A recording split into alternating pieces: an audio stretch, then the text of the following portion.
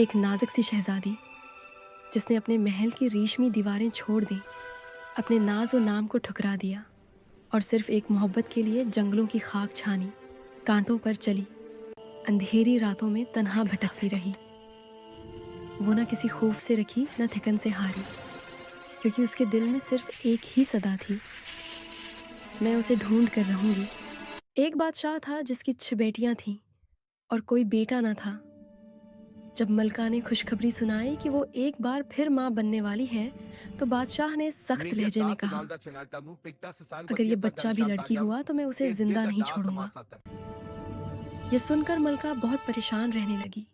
جیسے جیسے زچگی کا وقت قریب آتا گیا، بادشاہ نے دائی کو حکم دیا کہ بچی پیدا ہوتے ہی اسے ختم کر دے۔ وقت آیا تو ایک نہایت حسین و جمیل بچی دنیا میں آئی۔ دائی نے جیسے ہی اس کا چہرہ دیکھا، وہ اسے مار نہ سکی۔ بچی مسکرا دی اور اس کے ہونٹوں سے خوشبو بھرے پھول جھڑنے لگے۔ یہ منظر دیکھ کر دائی حیران رہ گئی۔ جب ملکہ کو خبر ملی تو وہ بھی دنگ رہ گئی۔ اس نے دائی کو بہت سا سونا چاندی دے کر کہا کہ بادشاہ سے جھوٹ بول دے تاکہ وہ ننھی شہزادی کو چھپ کر پال سکے۔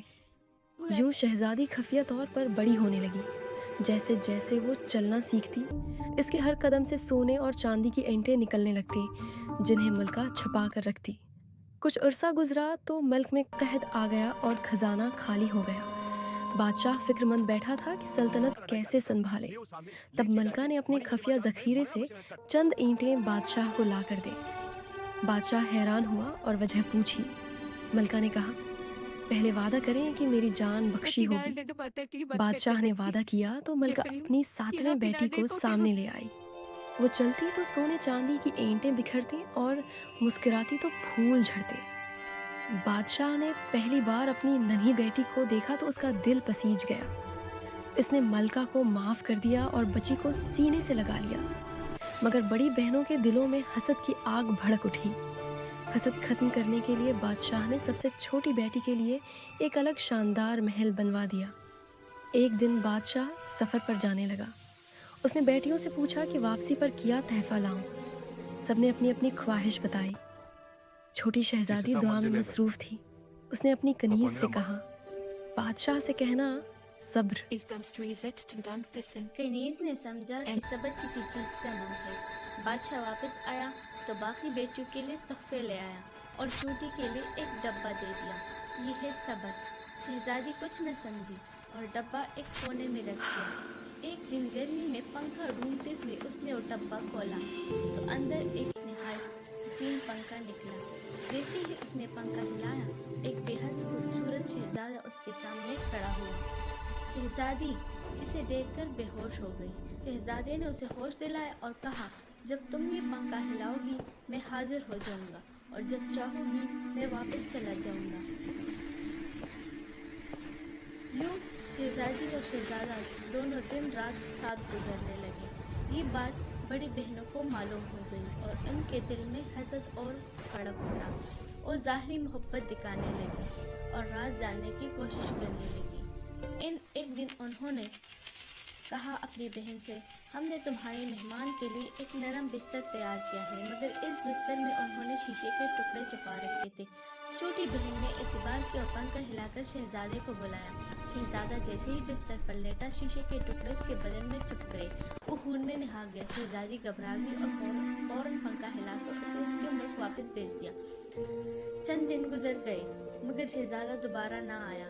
شہزادی روتی رہی اور پنکھا ہلاتی مگر کوئی جواب نہ ملتا۔ آخر اس نے عزم کیا کہ وہ خود شہزادے کے ملک جائے گی۔ اس نے لڑکوں کے کپڑے پہنے اور جنگلوں میں بھٹکتی رہتی۔ ایک دن ایک درخت کے نیچے آرام کر رہی تھی کہ اس نے ایک طوطے اور مینا کی باتیں سنی۔ مینا کہہ رہی تھی، اصل علاج تو اس جنگلی کبوتر کی یہی ہے جس کا قد انسان جتنا بڑا ہے اور آنکھیں نیلی ہیں۔ اگر اس کی یخنی بنا کر شہزادے کو پلائی جائے تو اس کے تمام زخم ٹھیک ہو جائیں گے۔ یہ سن کر شہزادی نے اس کبوتر کو ڈھونڈنے کا ارادہ کر دیا۔ کئی دن جنگلوں اور وادیوں میں بھٹکنے کے بعد وہ ایک گنے درخت کے پاس پہنچی جہاں واقعی ایک بڑا کبوتر بیٹھا تھا۔ اس کا قد انسان کے برابر اور آنکھیں نیلی روشنی سے چمک رہی تھی۔ شہزادے نے احتیاط سے جال بچھایا اور دانہ ڈالا۔ کبوتر جال میں آیا تو اس نے اسے پکڑ لیا اور اسے ساتھ لے آئی اور اس کی یخنی تیار کی۔ جب وہ شہزادے کے پاس پہنچی تو سب درباری حیران رہ گئے۔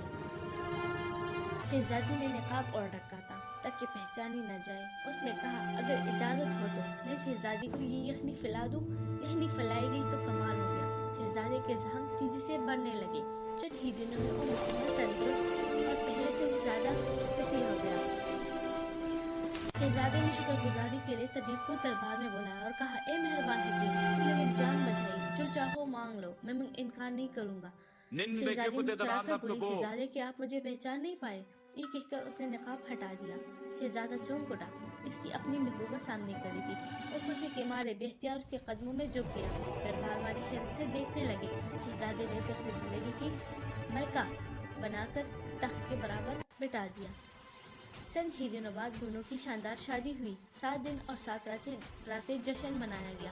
شہزادی نے اپنے والد بادشاہ کو بھی پیغام بھیجا۔ بادشاہ، ملکہ اور تمام بہنیں شادی میں شریک ہوئی۔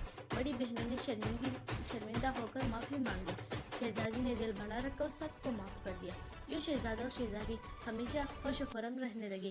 جب وہ ہنستی تو پھول جھڑتے، جب چلتی تو سونا چاندی برسنے لگتا، اور جب اپنے پنکھے کو ہلاتی تو خوشی کی ہوا چل پڑتی۔